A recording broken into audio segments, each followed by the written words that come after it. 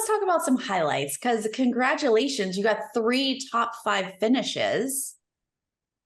We tried. Yeah. Right? Not too shabby.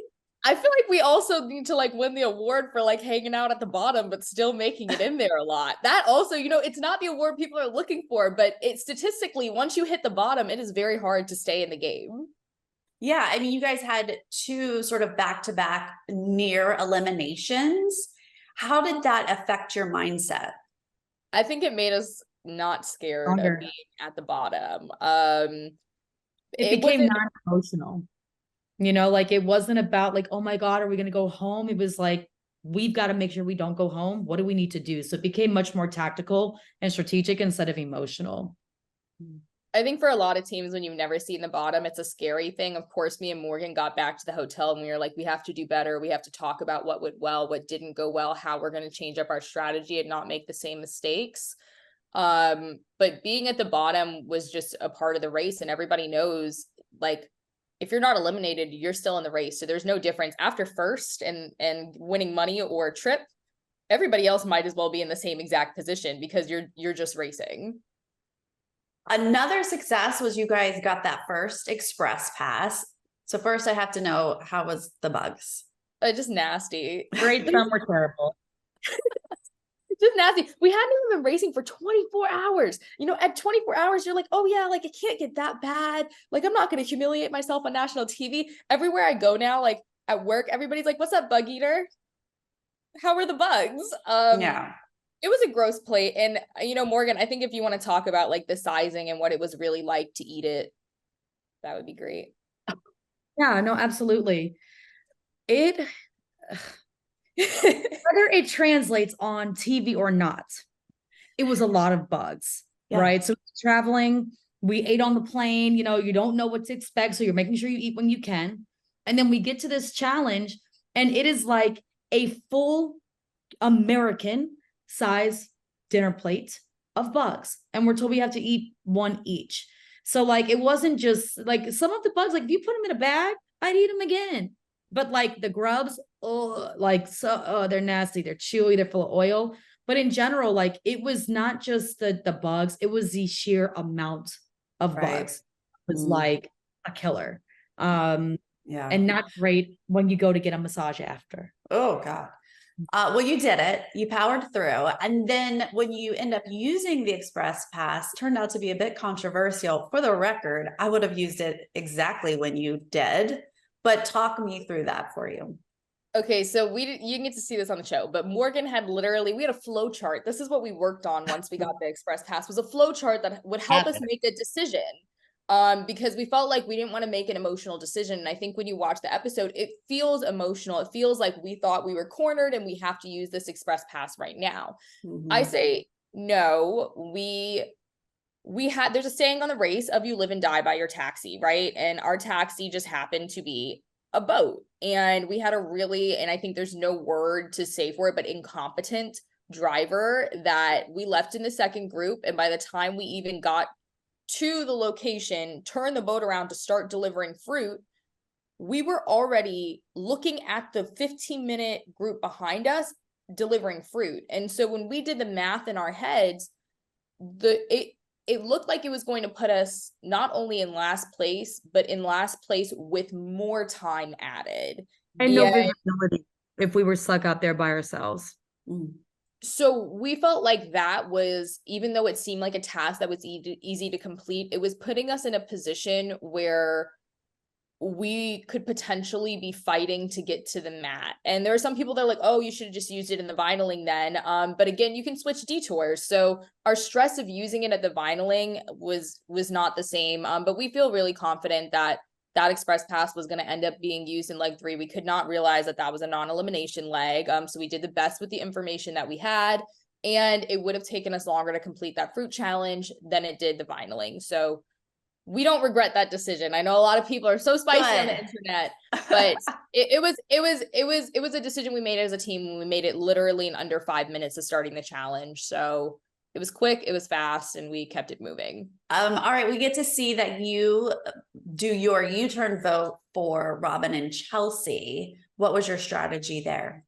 I think there was There were teams that like obviously we thought weren't racing like at the speed that Morgan and I were racing with, but when it came down to Robin and Chelsea, like we had a lot of people that we were close with on the show, and Robin and Chelsea were a team that we were not as close with. And you know, like Robin and Chelsea are incredible people, but it made more sense for us to U-turn them, especially over Steve and Anna Lee. We felt like a lot of people were going to U-turn Steve and Anna Lee emotionally, but they had such a lead, and there are always like bottlenecks in the race. So we were like, why would we waste a U-turn, one on our friends, but two on a team that is not going to get taken out from this U-turn? So we were looking for a team that could potentially get taken out.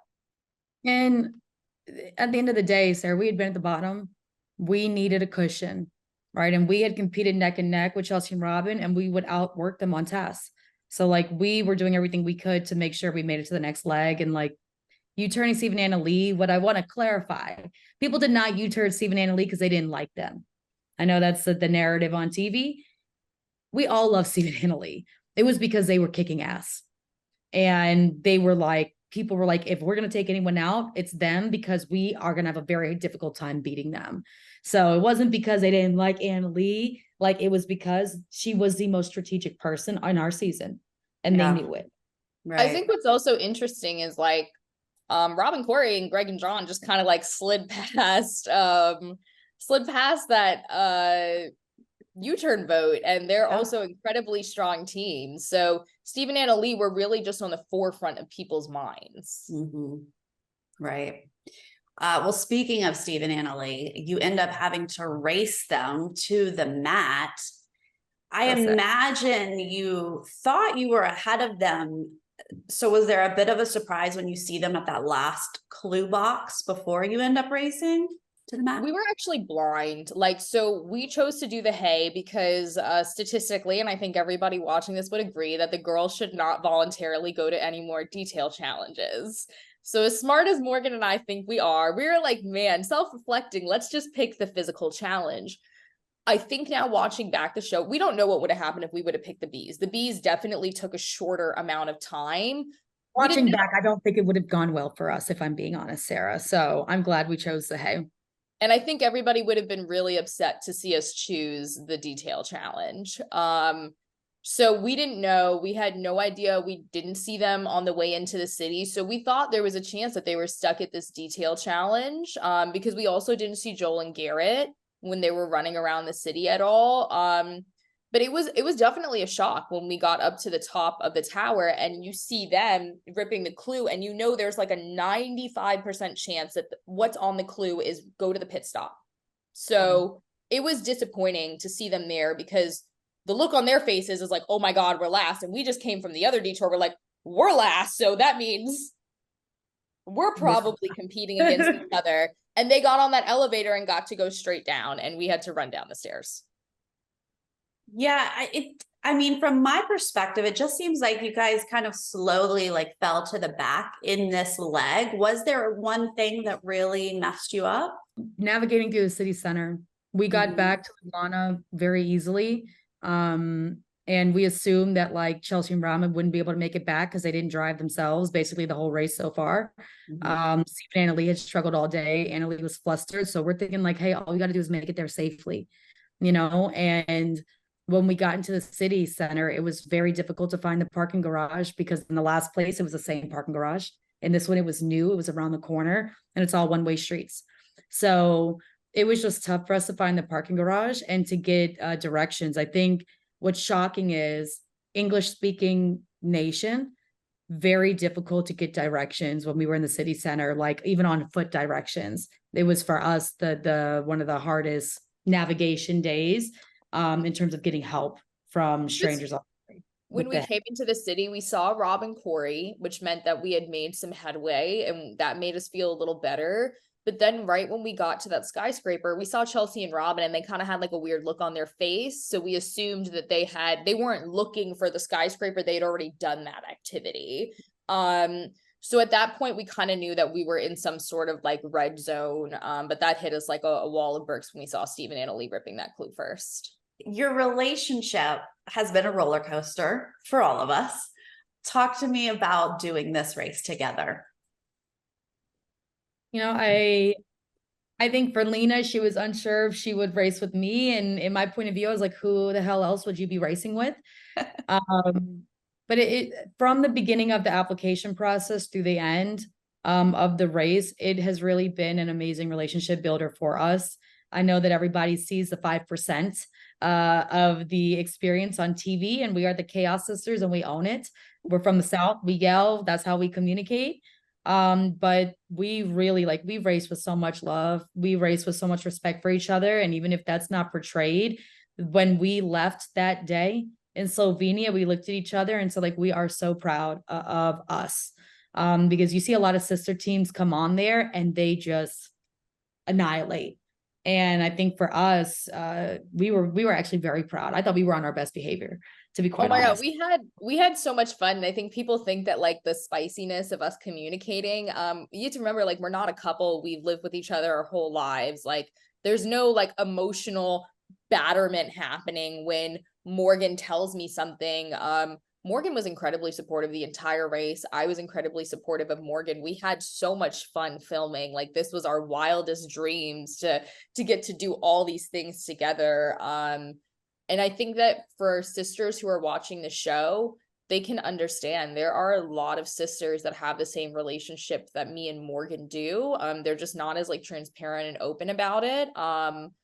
But I think that me and Morgan got this incredible opportunity to find a new, deeper relationship with each other while racing. And we're really fortunate that CBS and Bertram and Phil saw that in us and gave us the opportunity to, literally not go to therapy and come to the race.